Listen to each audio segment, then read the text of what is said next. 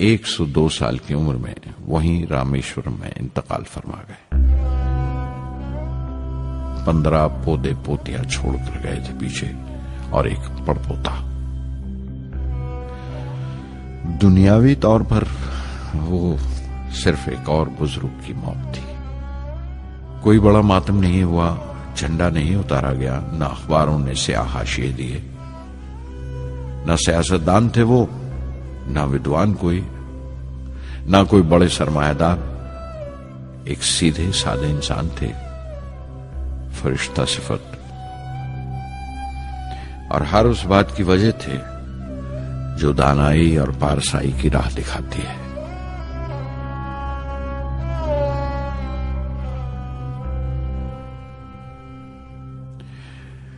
میں بہت دیر تک اپنی ماں کے پاس بیٹھا رہا، چپ چاپ، اور جب اٹھا تھمبا لوٹنے کے لیے تو اس نے روندھے گلے سے دعائیں دی مجھے.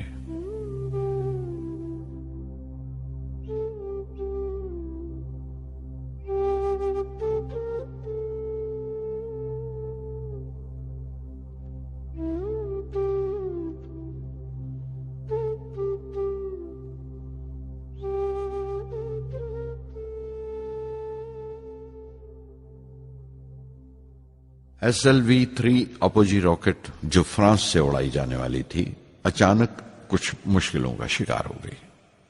مجھے فوراً فرانس جانا پڑا. میں روانہ ہونے ہی والا تھا کہ میری ماں کی موت کی خبر پہنچی. یکے بعد دیگرے 3 موتیں ہو گئی میرے گھر میں. اس وقت مجھے اپنے کام میں پورے دھیان کی ضرورت تھی. 100% لگن سے کام کرنے کی خواہش کسی اور لگن کی گنجائش نہیں چھوڑتی. مکمل نیتی اور پوری لگن سے SLV-3 کا خواب 1979 کے درمیان میں جا کر پورا ہوا. ہم نے SLV-3 کی پرواز کا دن 10 اگست 1979 طے کیا تھا. 23 میٹر لمبا 4 سٹیجز کا یہ راکٹ 17 ٹن کا وزن لے کر 7:58 پر بڑی کجدائی سے اڑا اور خلا کی طرف روانہ ہوا.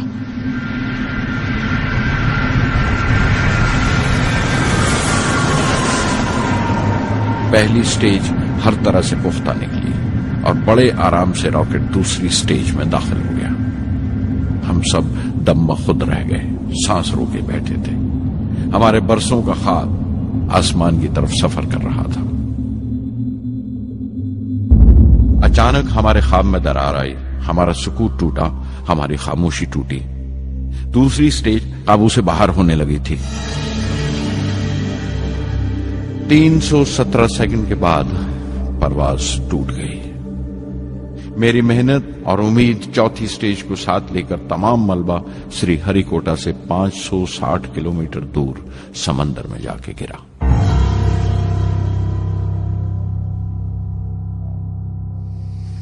اس حادثے سے ہم سب کو سخت صدمہ پہنچا.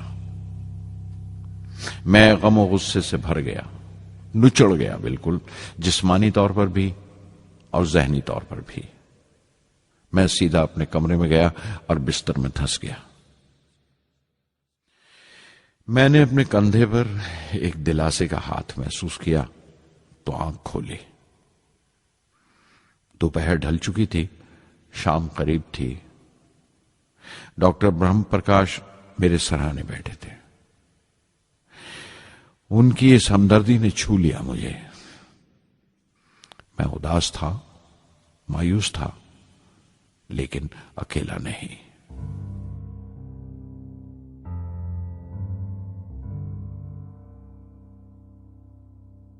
ہر شخص تکنیکی جمع تفریق اور بحث مباحثے کے بعد مطمئن ہو چکا تھا، سنتشٹ ہو چکا تھا، لیکن مجھے اطمینان نہ آیا اور مسلسل بے چین رہا.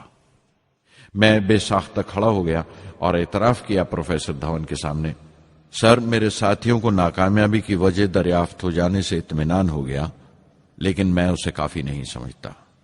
اس مشن کے ڈائریکٹر کی حیثیت سے اس غلطی کو بھی میں اپنی ذمہ داری سمجھتا ہوں.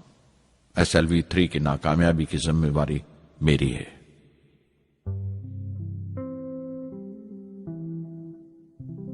سائنس کا کام کمال درجہ اتساہ بھی دیتا ہے، خوشی بھی اور اتنی ہی گہری مایوسی بھی۔ اس طرح کے واقعات سوچ سوچ کر میں دل کو ڈھارس دیتا رہا۔ یہ خیال کہ انسان چاند پر اتر سکتا ہے سب سے پہلے ایک روسی سائنٹسٹ نے سوچا تھا۔ اسے حقیقت بننے میں 40 سال گزر گئے جب امریکہ نے اسے پورا کیا۔ پروفیسر چندر شیکھر نے چندر شیکھر لمٹ کا آوشکار کیا تھا 1930 میں جب کیمبرج میں پڑھ رہے تھے، لیکن 50 سال بعد انہیں اسی ڈسکوری پر نوبل پرائز ملا۔ وان برون اپنی سیٹرن لانچ وہیکل سے آدمی کو چاند پر اتارنے سے پہلے کتنی ساری ناکامیوں سے گزرے ہوں گے۔ پہاڑ کی چوٹی پر اترنے سے پہاڑ پر چڑھنے کا تجربہ نہیں ملتا۔ زندگی پہاڑ کی چڑھانوں پر ملتی ہے، چوٹی پر نہیں۔ چڑھانوں پر ہی تجربے ملتے ہیں اور زندگی منچتی ہے اور ٹیکنالوجی ترقی کرتی ہے۔ چوٹی پر پہنچنے کی کوشش ہی میں چڑھانوں کا علم حاصل ہوتا ہے۔ میں ایک ایک قدم چلتا رہا، چڑھتا رہا چوٹی کی طرف۔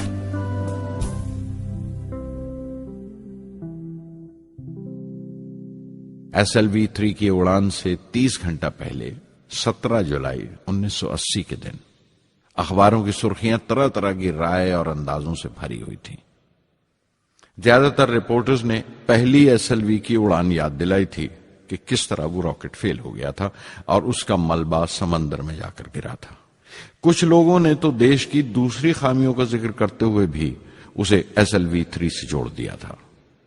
میں جانتا تھا کہ اگلے دن کا نتیجہ ہمارے فیوچر کے اسپیس پروگرام کا فیصلہ کرنے والا ہے۔ مختصر یہ کہ ساری قوم کی نظریں ہم پر گڑی ہوئی تھیں۔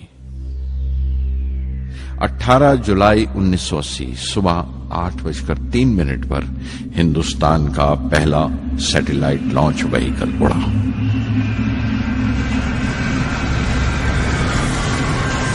میں نے روہنی سیٹلائٹ کا تمام ڈیٹا کمپیوٹر پر جانچا۔ اگلے 2 منٹ کے اندر اندر روہنی انترکش میں تھا۔ اس تمام شور و غل کے بیچ میں نے اپنی زندگی کے سب سے اہم الفاظ ادا کیے۔ میں مشن ڈائریکٹر بول رہا ہوں، ایک ضروری خبر سننے کو تیار رہو۔ چوتھی سٹیج کامیابی کے ساتھ روہنی سیٹلائٹ کو لے کر انترکش میں داخل کر رہی ہے۔ میں بلاک سے باہر آیا تو میرے ساتھیوں نے مجھے کندھوں پر اٹھا لیا اور نعرے لگاتے ہوئے جلوس نکالا۔ ساری قوم میں ایک جوش کی لہر دوڑ گئی۔ ہندوستان ان چند قوموں میں شامل ہو گیا تھا جن کے پاس سیٹلائٹ لانچ کی قابلیت تھی۔ ہماری قوم کا ایک خواب پورا ہوا تھا اور ہمارے اتہاس کا ایک نیا باب کھلا، ایک نیا چیپٹر۔ پردھان منتری اندرا گاندھی نے مبارکباد کا تار بھیجا اور سب سے زیادہ ہندوستان کے سائنسدان خوش تھے کہ یہ پوری کوشش سودیشی تھی، ہماری اپنی تھی۔ میں کچھ ملے جلے جذبات سے گزر رہا تھا۔ میں خوش تھا کہ پچھلی 2 دہائیوں سے جس کوشش میں تھا بالآخر اس میں کامیاب ہوا، لیکن اداس تھا جن لوگوں کی بدولت میں یہاں پہنچا تھا وہ لوگ میرے ساتھ نہیں تھے۔ میرے ابا، میرے بہنوئی جلال الدین اور پروفیسر سارا بھائی۔ SLV-3 کی کامیابی کے مہینے بھر کے اندر ہی پروفیسر دھون کا فون آیا ایک دن اور دلی بلایا پردھان منتری سے ملنے کے لیے۔ میری ایک چھوٹی سی الجھن تھی کپڑوں کو لے کر۔ ہمیشہ سے بڑے عامیانہ سے کپڑے پہنتا ہوں اور پاؤں میں چپل یا سلیپر کہہ لو۔